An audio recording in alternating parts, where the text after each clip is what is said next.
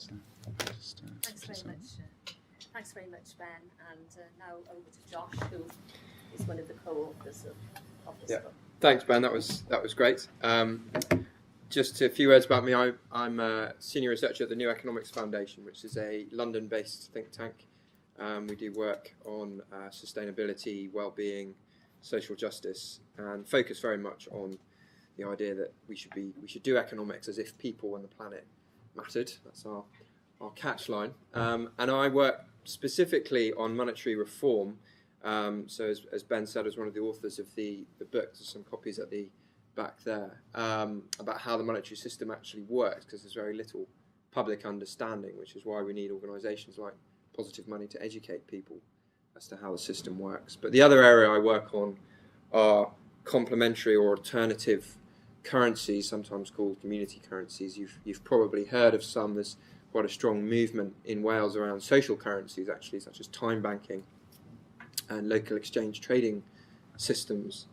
But I'm going to talk today about a slightly more ambitious idea, the idea that actually Wales as a region of sort of 3 million people could be an interesting size and space for a national Welsh currency that could operate alongside sterling, not really replacing sterling, but complementing it, and what the economic and social benefits could be of that kind of model.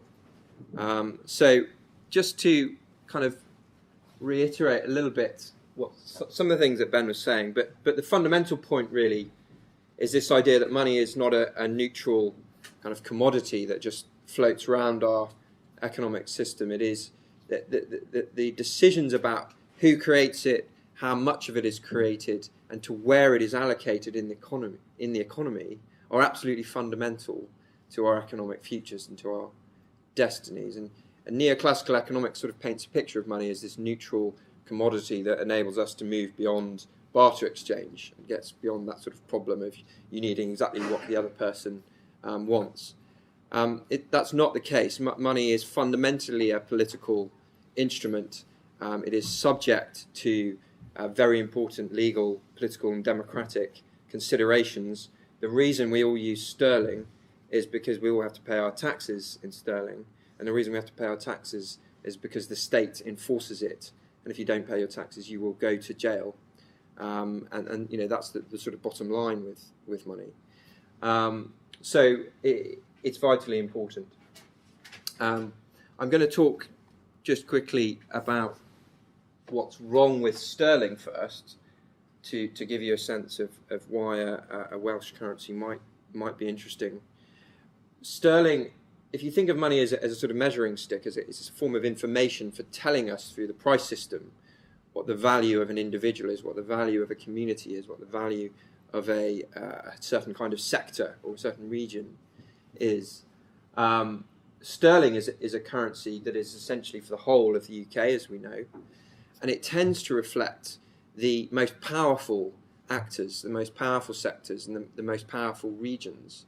So the interest rate, for example, set by the Bank of England, and the exchange rate for sterling against other currencies tends to favour London and the South East. So the classic case is the 1980s, where interest rates where exchange rates were kept quite high and interest rates high in order to support the development of the city, which was highly damaging to export-driven industries, including in Wales and the north of England in particular, who would have benefited from a much lower exchange rate, would have been much more competitive.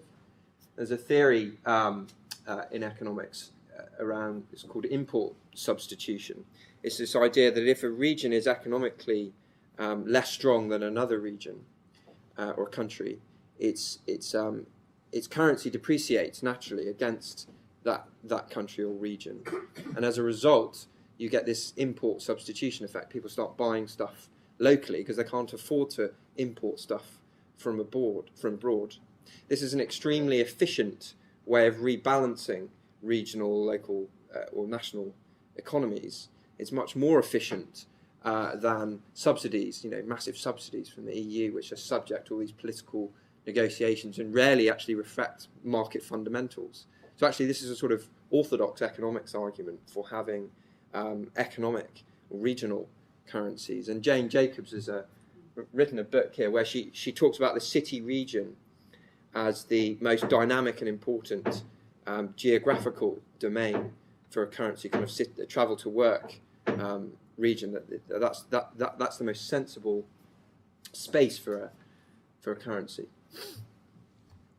The challenges facing Wales, I won't talk about this too long, you'll be familiar with it, hopefully.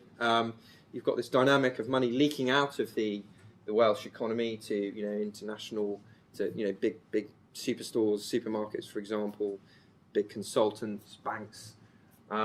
You've got a challenge with small business growth and innovation, particularly now, as Ben says, that the banks are reluctant to make loans to small businesses. Where do they get their working capital from?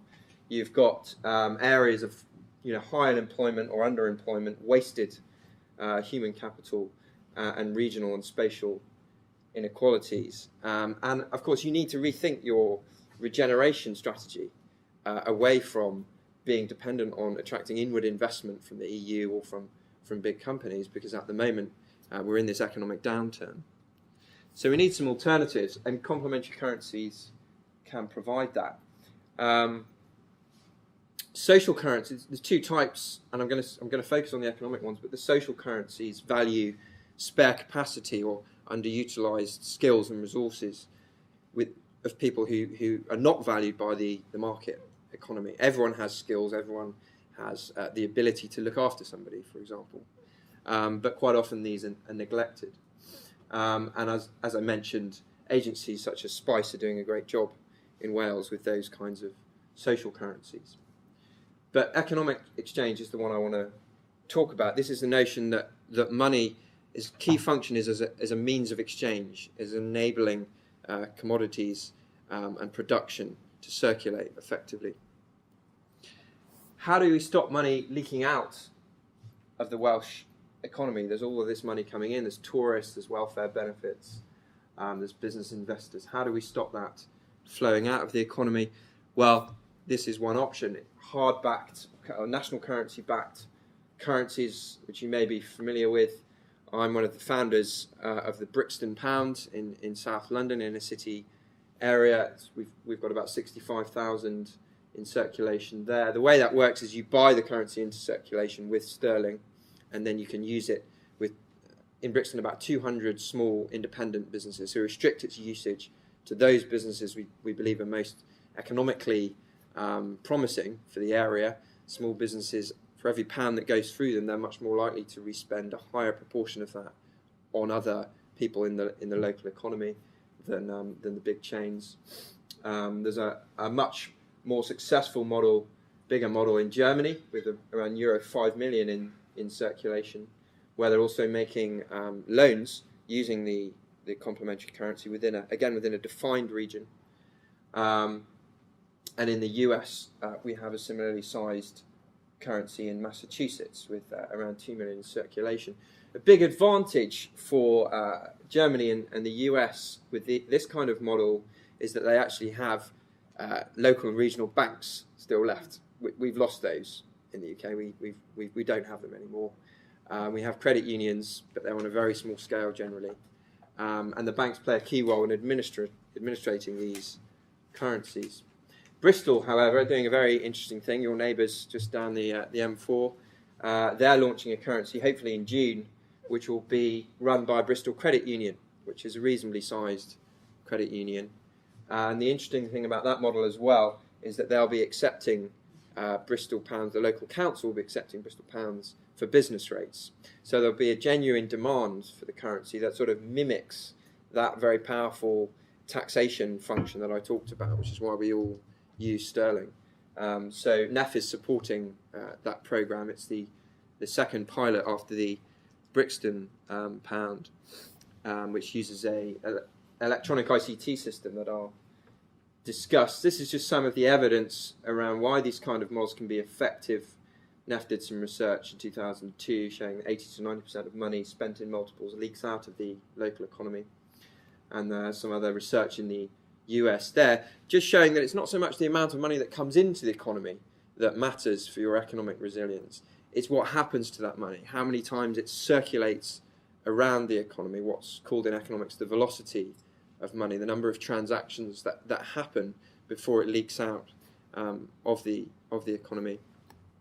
And to illustrate that point, this is a diagram just showing the German model I talked about.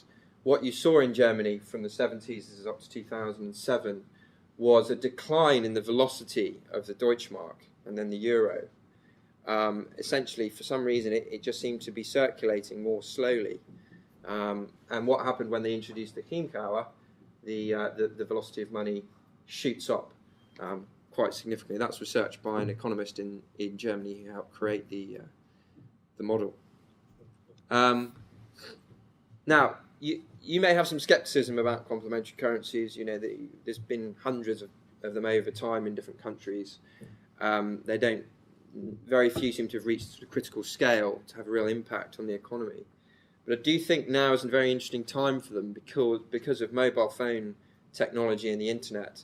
The startup costs have just shrunk enormously.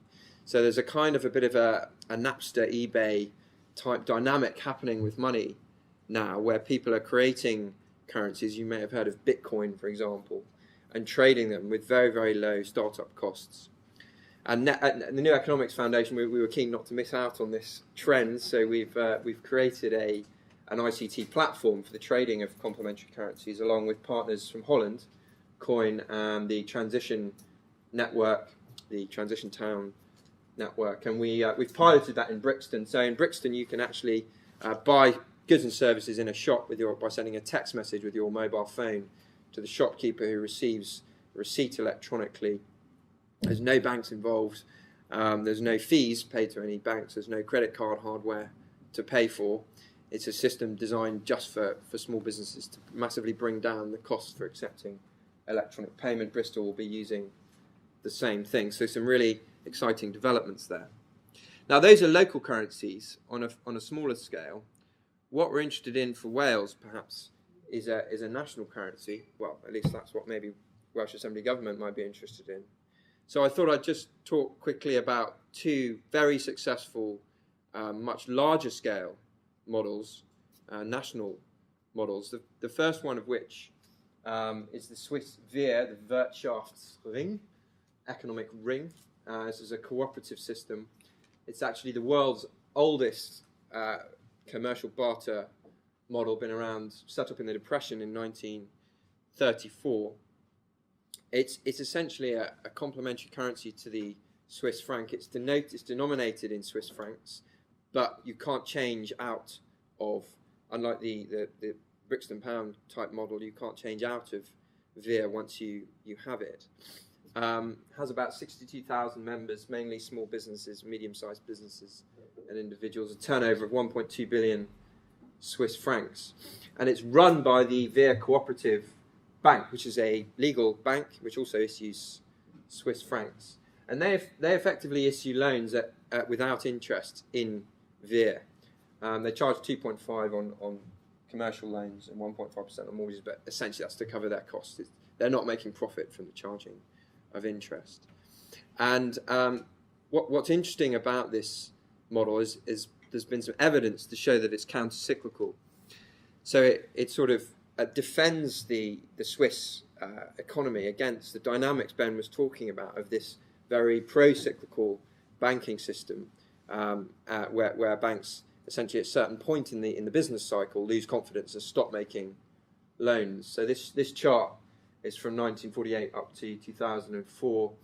It shows unemployment in the blue and the turnover of the WER, the Swiss WER. You can see it shooting right up as unemployment shoots up. Essentially, small businesses and householders who can't get enough Swiss francs because the banks have stopped lending are using the WER to carry on making transactions, to keep the economy functioning, to keep it moving along. So this is probably the most successful business commercial system that we have. The second model I'm going to talk about is really interesting recent development in Uruguay.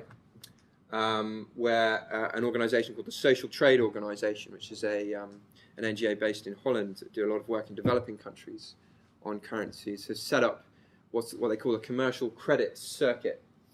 Now, this system essentially attacks, I have one thing missing there, attacks the liquidity problem that we've been talking about, that small businesses can't get the working capital they need at times of recession.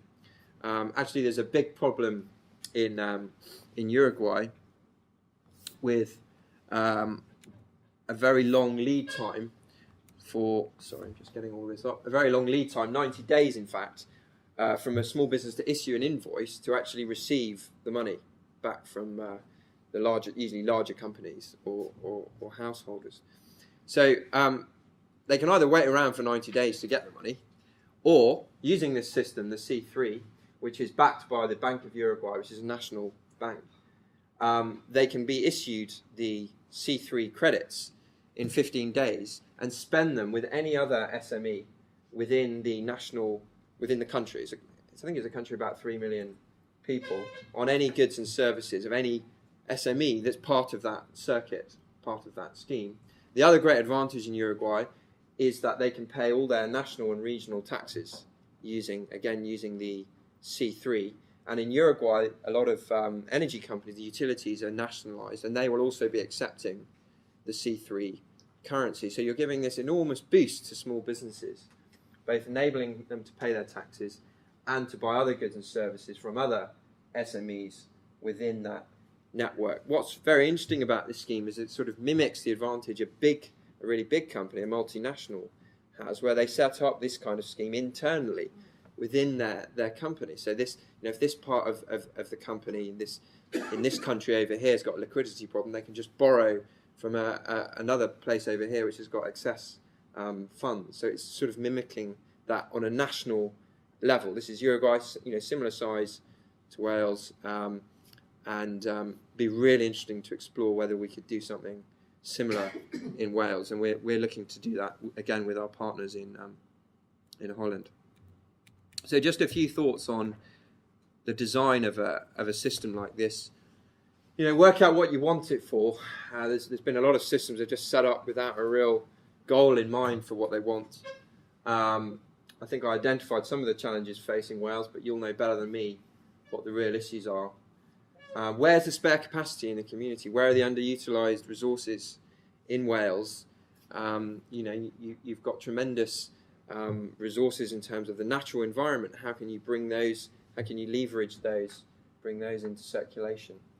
Who are the key stakeholders you need to engage with? Well, you may have noticed I've talked quite a lot about banks, regional banks, credit unions. Are there any players on a national scale that could fulfil that kind of role that's worked very well in Uruguay and in Switzerland? Chambers of commerce might be very interested in this kind of thing. Any organisation that represents small business should be interested. Regional development authorities. And then the practicalities. What is the means of payment? Are you going to use mobile phone, smart card? What's going to back the system? What are the legal implications? And what are the administrative costs? In terms of financial sustainability, the advantage of the ICT system I've talked about is you can charge transaction fees every time a payment is received. And that's what we do in Brixton. We charge a 1.5% fee for businesses to receive transactions. You can change that depending on how big the system is and change it over time. You have quite a lot of control there. If you issue paper notes and you reissue them, maybe after 2 years, then you have a leakage profit, i.e. all the tourists that bought the notes. You've got the sterling backing then as profit for the scheme. You've got this notion of a holding tax or a negative interest rate. We're very used to having positive interest rates, encourage us to save, to use money as a store of value, but discouraging us to use money as a means of exchange, as a media of exchange. A negative interest rate reverses that process. It encourages us to spend the money quickly before it depreciates in our pocket. That's also a way of generating profits. Government, corporate sponsorship, of course. And what we've seen in time banking in Wales is public services seeing the currency as a tool for achieving their aims, and thus having no problem putting money that otherwise might go to other schemes into the scheme. And these are some of the costs associated with technical infrastructure. Prices are coming down fast, but it's still a fairly heavyweight scheme. The scheme we use is used by banks. It's called Cyclos. Management, governance arrangements can be complicated. We're talking about money here. We're talking about the creation and allocation of money. So you need to think carefully about how to structure that. Marketing and communication needs to be ongoing. Many schemes, they start very well, get lots of media coverage, and then after a while, people forget about it, stop using it. Learning communities, making sure people understand it and what's going on behind it. And NEF, working with Coin and other Dutch partners, are setting up a scheme in the UK to support regions to develop the kinds of models that I've talked about. So I'll leave it there, I think. I'm sure you've got lots of questions for me and Ben. Thanks. Thank you very much indeed, Josh. As Julie said earlier on, I'm Darren Miller. I'm an Assembly member from North Wales, and I'm delighted to be co-sponsoring with Julie. I had quite a bit of time